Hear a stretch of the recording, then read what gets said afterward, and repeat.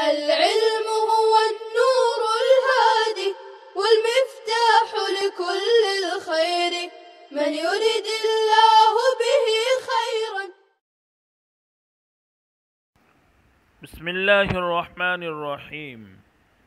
آج ہمارے سامنے 61ویں تمرین ہے۔ یہ تمرین ماضی استمراری کی ہے۔ اس تمرین میں ماضی استمراری کی مشق کرائی جا رہی ہے۔ تو سب سے پہلے ہم الفاظ و معانی دیکھیں گے اور اس کے بعد تمرین حل کریں گے۔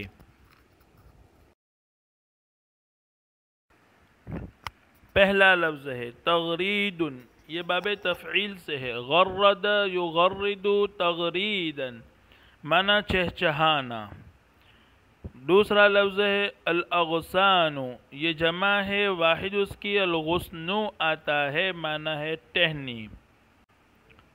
تیسرا لفظ ہے المعمل، یہ واحد ہے، جمع اس کی معامل، معنی کارخانہ۔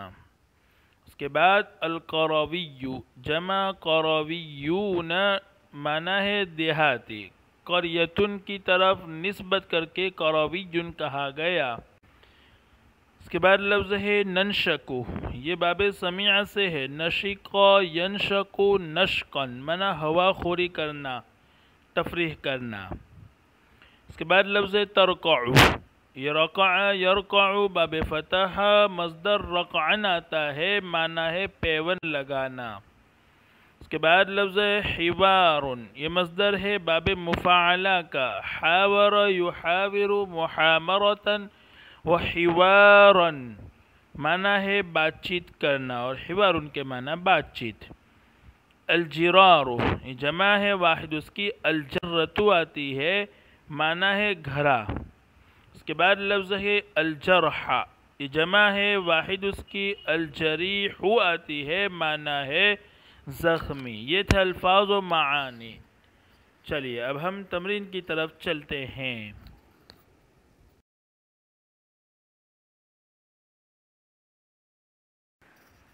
پہلا جملہ ہے کنت استيقظ صباحا، میں صبح بیدار ہوتا تھا۔ استيقظ فعل مضارع ہے، اس سے پہلے کانا لایا گیا۔ استيقظ واحد متکلم کا صیغہ ہے، اس لیے کانا کا بھی واحد متکلم کا صیغہ کنت لایا گیا۔ استيقظ اگرچہ مضارع ہے لیکن کانا کا تو ماضی ہی کا صیغہ آئے گا، کانا کا مضارع کا صیغہ نہیں لایا جائے گا۔ اور جب مضارع سے پہلے کانا کا صیغہ لاتے ہیں تو وہ ماضی استمراری کا معنی دیتا ہے، یعنی گزرے ہوئے زمانے میں کسی کام کا بار بار ہونا یا کرنا بتلانے کے لیے ماضی استمراری کا صیغہ لایا جاتا ہے۔ جیسے میں صبح بیدار ہوتا تھا، یعنی روزانہ بار بار میں گزرے ہوئے زمانے میں بیدار ہوتا تھا۔ وَأَتْلُو الْقُرْآنَ، اور قرآن مجید کی تلاوت کرتا تھا۔ دوسرا جملہ ہے كنت اسمع تغرید الطیور علی الاغصان، میں ٹہنیوں پر پرندوں کی چہچہاہٹ سنتا تھا، یعنی ماضی میں بار بار سنتا تھا۔ تیسرا جملہ ہے كان يسكن معي رجلان من اہل القریۃ، میرے ساتھ گاؤں والوں میں سے 2 آدمی رہتے تھے۔ چوتھا جملہ ہے وَكَانَ يَعْمَلَانِ فِي مَعْمَلٍ، وہ دونوں ایک کارخانے میں کام کرتے تھے۔ وَكُنْتُ أَتَعَلَّمُ فِي الْكُلِّيَّةِ، اور میں کالج میں پڑھتا تھا۔ يَعْمَلَانِ تثنیہ مذکر غائب کا صیغہ ہے، اس لیے کانا کا بھی تثنیہ مذکر غائب کا صیغہ لایا گیا، کانا کا ماضی ہی کا صیغہ لایا جائے گا۔ پانچواں جملہ ہے كَانَ يَحْرُسُ قَرَوِيٌّ أَرْضَهُ، ایک دیہاتی اپنی زمین جوت رہا تھا، وَيُغَنِّي، اور گا رہا تھا۔ چھٹا جملہ ہے كُنَّا نَخْرُجُ إِلَى الْبُسْطَانِ، ہم باغ کی طرف نکلتے تھے۔ نخرج جمع متکلم کا صیغہ ہے، اس لیے کننا بھی جمع متکلم کا صیغہ لایا گیا۔ وَنَنْشَقُ الْهَوَاءَ، اور ہوا خوری کرتے تھے۔ ساتواں جملہ ہے كانت ترقع امی ثیابی، میری والدہ میرے کپڑے میں پیون لگاتی تھی۔ ترقع واحد مؤنث غائب کا صیغہ ہے، اس لیے کانت بھی واحد مؤنث غائب کا صیغہ لایا گیا۔ وتطبخ لی الطعام، اور میرے لیے کھانا پکاتی تھی۔ 8واں جملہ ہے کانت تذهب اختای الی المدرسۃ، میری دونوں بہنیں مدرسہ جاتی تھیں۔ وتتعلمان، اور تعلیم حاصل کرتی تھیں۔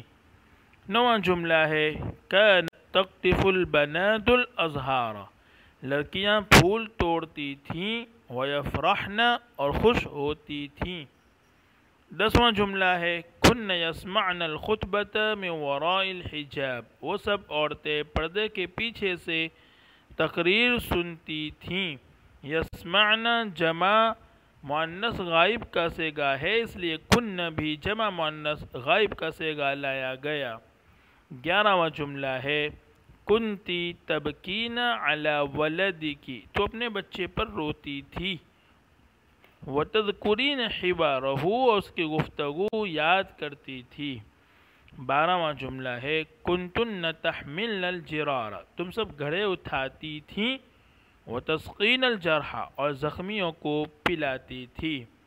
تحملن جمع مؤنث حاضر کا صیغہ ہے، اس لیے کنتن بھی جمع مؤنث حاضر کا صیغہ لایا گیا۔ السلام علیکم ورحمۃ اللہ وبرکاتہ۔ السلام عليكم، لا تنسوا الاعجاب بالفيديو والاشتراك في القناة تشجيعا لنا لنستمر بنشر المزيد إن شاء الله.